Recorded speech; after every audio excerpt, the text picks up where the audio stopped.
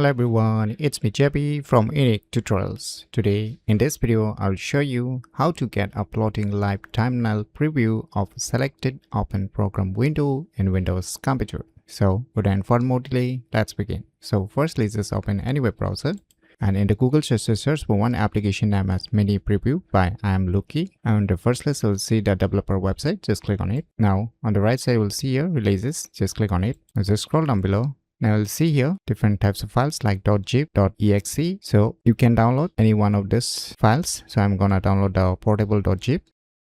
So finally the file has been downloaded. So let me go to the folder where it is being downloaded and let me close this web browser. Now just double click it to extract the zip file. Now just open the extracted folder. Now you'll see here the first file, Mini Preview. Just double click on it. Now you need to install a .NET framework. So you can just click on this, download it now. So now once again, just open the folder where it's being downloaded and you need to install this additional software also. In order to run this software, click on install.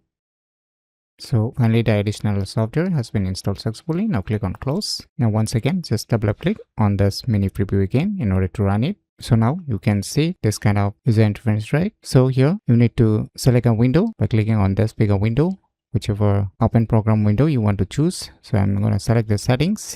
So you can see here the floating live thumbnail preview. So let me show you side by side now. So you can see here the exact preview you were seeing on this floating thumbnail preview. And even if you minimize, you can still see the minimized window thumbnail preview. So by using these cool tricks, you can easily get a floating live thumbnail preview of a selected open program window in Windows computer very easily. So if you never known about these cool tricks, then you should definitely give it a try. So if you find this video tutorial useful, please click on the thumbs like button. And if you're new to our channel, click on the subscribe button. And lastly, thanks for watching.